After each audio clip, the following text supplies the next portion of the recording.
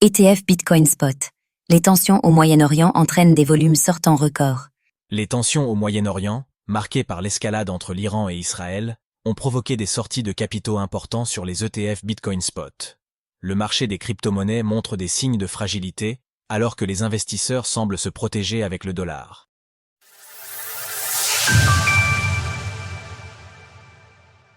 Les investisseurs évitent Bitcoin et les crypto-monnaies.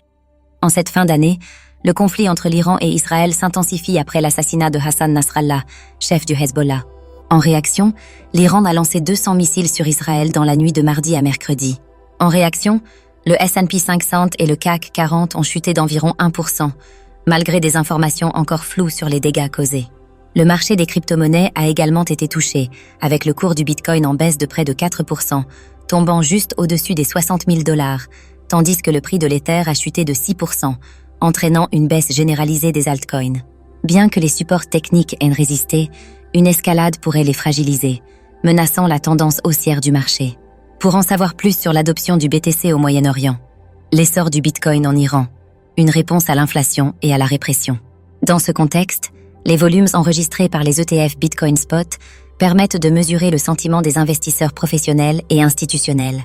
Ceux-ci ont enregistré une des pires journées depuis leur lancement au mois de janvier 2024. Volume des ETF, Bitcoin Spot aux États-Unis. Les ETF basés sur le BTC ont ainsi enregistré 242 millions de dollars de flux nets sortants, soit la 5e pire journée de leur histoire. Cette performance est d'autant plus impressionnante en comparaison avec la semaine précédente, qui avait enregistré l'une des meilleures performances, avec plus d'1 milliard de flux nets entrants. Les ETF Ethereum Spot subissent un sort similaire, amplifié par le désintérêt général pour les ETF sur la deuxième crypto-monnaie du marché, avec plus de 570 millions de dollars de flux nets sortants, dont 48 millions rien que sur la journée d'hier. Vers quoi se dirigent les investisseurs ? Dans ce contexte, même l'or, valeur refuge historique, ne semble pas profiter de la situation. Après une rapide hausse de 0,6% à 2670 $ suite au premier missile lancé par l'Iran, le prix du métal jaune a chuté d'environ 1%, retombant à 2645 $. Le cours du XAU-USD, tout comme celui du BTC-USD, connaît un léger rebond ce matin, probablement en attendant le retour des investisseurs professionnels sur les marchés. Seul le dollar semble bénéficier de cette escalade.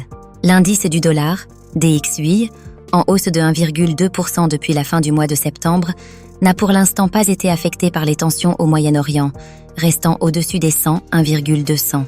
Il est encore trop tôt pour prédire l'évolution du conflit entre l'Iran et Israël et ses répercussions sur l'économie mondiale.